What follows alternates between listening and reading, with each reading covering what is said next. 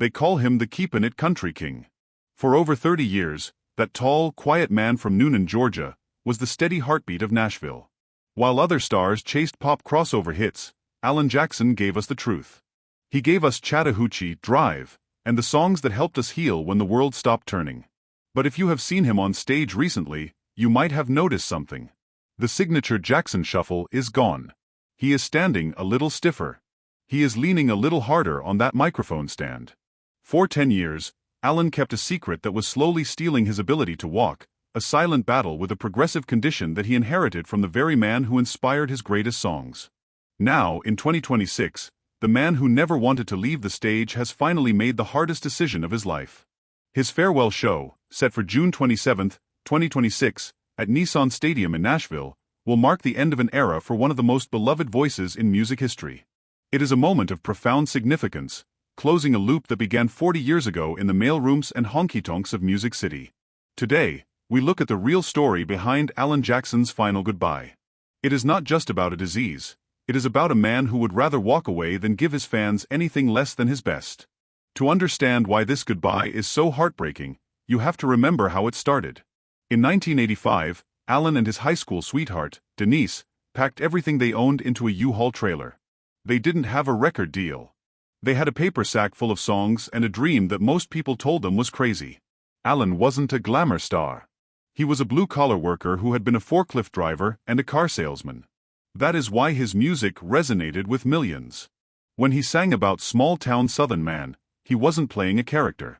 He was singing about his father, Joseph Eugene Daddy Gene Jackson, a mechanic who built the family's house around a one-room tool shed. By the early 90s, Alan Jackson, alongside Garth Brooks and George Strait, became the holy trinity of the 90s country boom.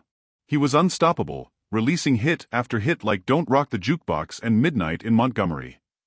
But while the world saw a superstar in a white Stetson, Alan was already noticing something was wrong with his legs, something he'd watched his father and his grandmother struggle with years before. For years, the rumors swirled. People whispered that Alan was getting older or slowing down. Some even cruelly suggested he might be drinking before shows because of the way he stumbled or swayed during his performances. In 2021, Alan finally sat down with the public and told the truth. He was living with Charcot-Marie-Tooth disease, or CMT. For those who don't know, CMT isn't a death sentence, but for a performer, it is a slow-motion prison. It is a degenerative nerve disorder that causes the muscles in the legs and hands to waste away. It robs you of your balance and coordination. It makes standing for a 2-hour concert feel like climbing a mountain. Imagine being a man who stands 6'4", a man used to being the rock for his family and his fans, and suddenly, your own legs won't follow your brain's commands. Alan admitted he was becoming very uncomfortable and self-conscious on stage. He didn't want to be a whiny celebrity, so he suffered in silence for a decade before the stumbling became too obvious to hide. He wanted the fans and the public to know the truth so they wouldn't think he was drunk on stage. For 10 years, he fought the progression of the disease, continuing to tour even as his mobility declined. He watched his heroes like George Jones and Merle Haggard play as long as they could, and he wanted to do the same. But by 2025, the reality of the condition became impossible to ignore. During a concert in Milwaukee, he told the sellout crowd, "This is my last road show." It was a shocking moment for many, but for Alan, it was a necessary one.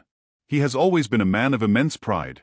Pride in his music, pride in his family, and pride in his performance. He didn't want his legacy to be one of a man who stayed too long, a shadow of the performer he once was. He decided to end it where it all started for him, in Nashville, Music City. That brings us to the present. June 2026. Nissan Stadium. Alan has officially billed this as the finale, and he is not going out alone. He's invited an all-star group of friends, Luke Combs, Carrie Underwood, Eric Church, and George Strait, to help him sing one last time. But why now? Why not keep pushing, even if it meant performing from a stool? Because Alan Jackson is a realist. He has always lived his life by a simple code: keep it country, and keep it honest. He recently said, "I want to think about calling it quits before I'm unable to do the job like I want to." He is 73 years old now. He has 3 daughters, Maddie, Ollie, and Danny, and he has grandchildren who need him. He has spent 40 years on the road, and the road has finally asked for its toll. Throughout his career, Alan was often the quietest man in the room, but his songs spoke the loudest. When the industry shifted toward bro-country and pop-infused sounds, Alan stayed true to the fiddle and the steel guitar. He wrote about his first car, his daddy's boat, and the way the world changed on a Tuesday morning in September. His music was the soundtrack to the lives of an entire generation, particularly for those of us who remember the world before it got so fast and so loud. He was the bridge between the legends like Hank Williams and the stars of today. When the lights go down at Nissan Stadium on June 27, 2026, a massive chapter of American music will close. Alan Jackson didn't just sell 60 million records. He preserved a way of life. He showed us that you can be a superstar and still stay married to your high school sweetheart for nearly 50 years. He showed us that you can be famous and still be humble enough to write songs about a Mercury blues. And most importantly, he showed us that you can face a debilitating disease with the same grace and dignity that you used to reach the top. The transition from the stage to his home life won't be easy for a man who has lived for the applause of thousands, but Alan has always found peace in the simple things. He's choosing to spend his remaining mobility at home, in the real world, with Denise. He's shifting his focus to songwriting, the quiet craft that started it all.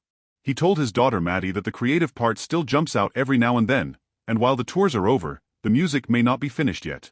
Alan Jackson's fight with Charcot-Marie-Tooth disease is more than just a story about illness. It is a story about knowing when to tip your hat and walk away with your head held high. It is about understanding that true strength isn't just about standing tall on a stage. It's about the courage to say enough and the wisdom to prioritize the people who love the man, not just the legend. For the thousands who will gather in Nashville this June, it will be an emotional farewell to a man who felt like a neighbor, a brother, or a son. Alan, if you are listening, thank you for the music. Thank you for never rocking the jukebox when we just wanted to hear some George Jones. And thank you for being the bridge that kept the traditions of our fathers alive in a world that was moving too fast. You reminded us exactly where we were when the world stopped turning, providing a voice for our collective grief when we couldn't find the words ourselves. As we look toward that final stage in Nashville on June 27, 2026, we do so with heavy hearts but immense gratitude. We will see you down the road, Alan, and we promise to keep Chattahoochee playing for as long as there is a radio left to hear it. But this story is more than just a goodbye to a touring career. It is a celebration of a man who lived the American dream exactly the way he sang about it. From that first U-Haul trip from Georgia to the heights of the Country Music Hall of Fame, Alan remained the same small-town Southern man we first met in the 80s. He taught us that success doesn't have to change who you are at your core. He faced the challenges of Charcot-Marie-Tooth disease with a quiet dignity that inspired millions, proving that even when your legs grow weary, your spirit can still stand tall. His decision to donate a portion of his final ticket sales to CMT Research is just one last testament to the man behind the hat, always looking out for others, even in his own struggle. We want to hear from you, the fans who have walked this 40-year journey alongside him. Do you have a favorite Alan Jackson memory that stands out? Maybe it was a first dance to I'd Love You All Over Again, or a summer night in the 90s with summertime blues blasting from a truck window. Perhaps one of his gospel hymns from Precious Memories gave you comfort during a loss. Whatever your story is, we invite you to share it in the comments below. We read every single one of them, and it is your stories, your memories, and your voices that truly keep these legends alive for the generations to come. If this tribute touched your heart, please consider liking the video and subscribing to our channel. We are a community dedicated to honoring the icons of the 90s and the stories that define our lives. Every like and subscription tells the YouTube algorithm that these traditional values and legendary stories still matter in 2026. Your support allows us to continue digging deep into the history of country music and the people who made it the soul of America. Thank you for being part of this family, for keeping the music playing, and for always remembering to keep it country.